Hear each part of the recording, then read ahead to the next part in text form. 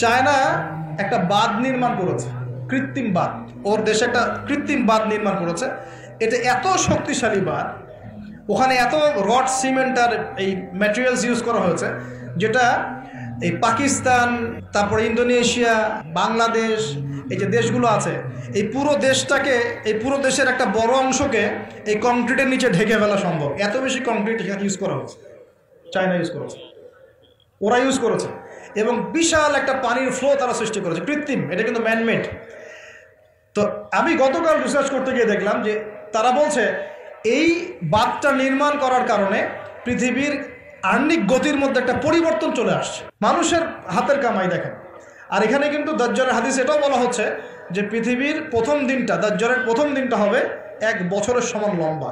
কে জানে, হয়তো বা এমন কিছু হবে মহাবিশ্বে যে পৃথিবীর আহ্নিক গতিটার মধ্যে কোনো পরিবর্তন হবে, ঘূর্ণনে কোনো পরিবর্তন দেখা দিবে, হয়তো বা, আল্লাহ ভালো জানে।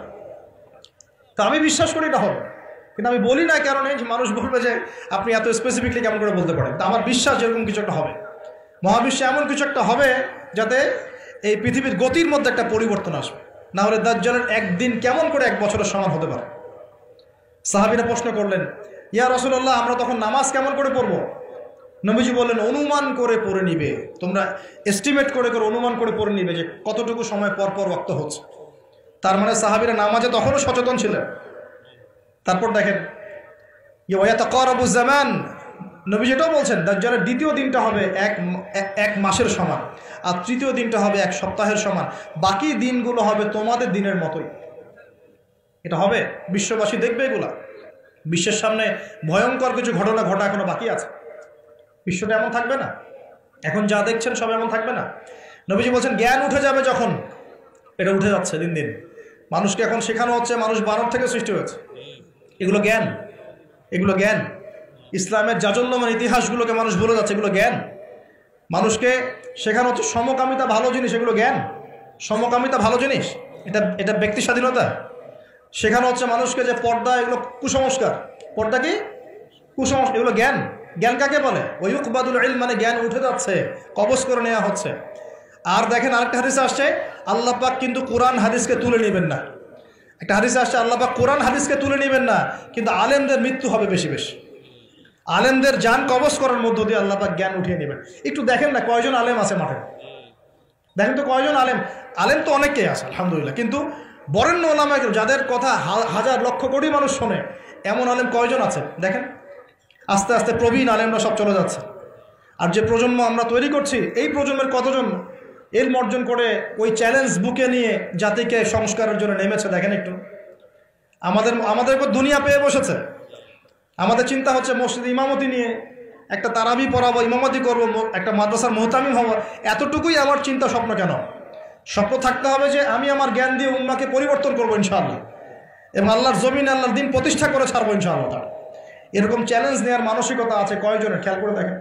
আর হিউজ এই যুব সমাজ যারা জেনারেল লাইনে পড়ছে, তাদের মধ্যে কয়জন আলেম হচ্ছে একটু চিন্তা করেন।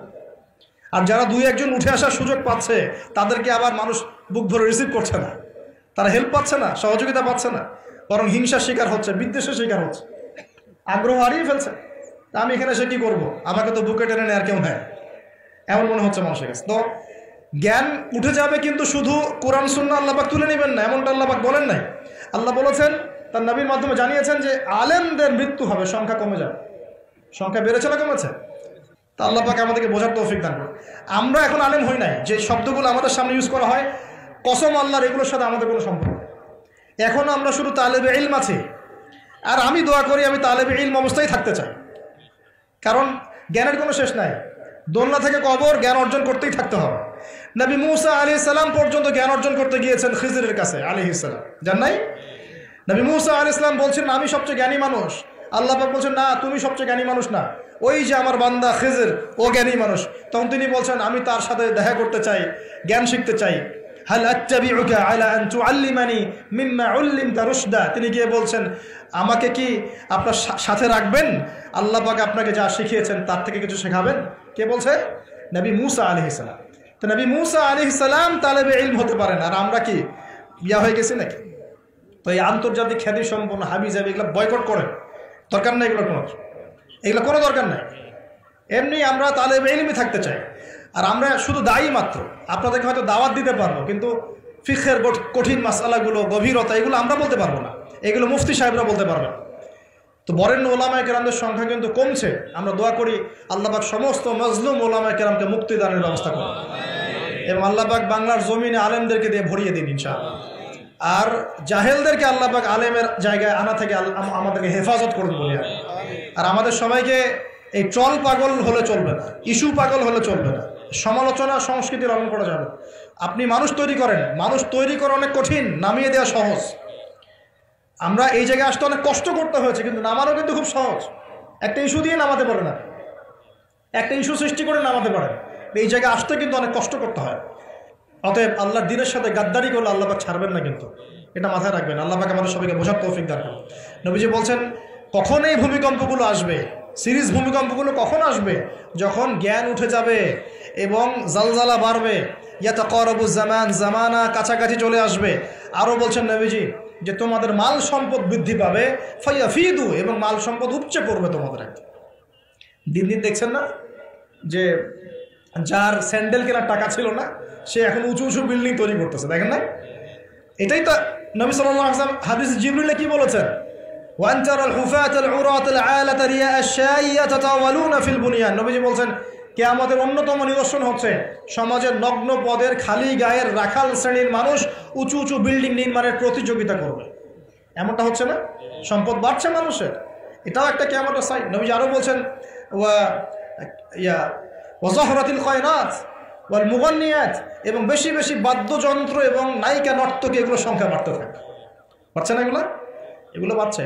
এই সময়ে নবী সাল্লাল্লাহু আলাইহি ওয়াসাল্লাম বলছেন যে এই জালজালাগুলো আসতে থাকবে। এটা একটা হাদিস। একটাতে আসছে যে নবী সাল্লাল্লাহু আলাইহি ওয়াসাল্লাম বলছেন লা ইয়াশরাবান্না নাস মিন হাযিহিল উম্মাহ আল খামর, আমার উম্মতের মধ্যে কিছু মানুষ মাদকদ্রব্য পান করবে, সবাই না, কিছু মানুষ মাদকদ্রব্য পান করবে। ওয়া ইউসাম্মুনাহা বিগাইরি ইসমিহা, এবং সেই মাদকের নাম তারা পরিবর্তন করে খাবে। খাচ্ছে না মানুষ এখন? মদকে মদ বলছে না,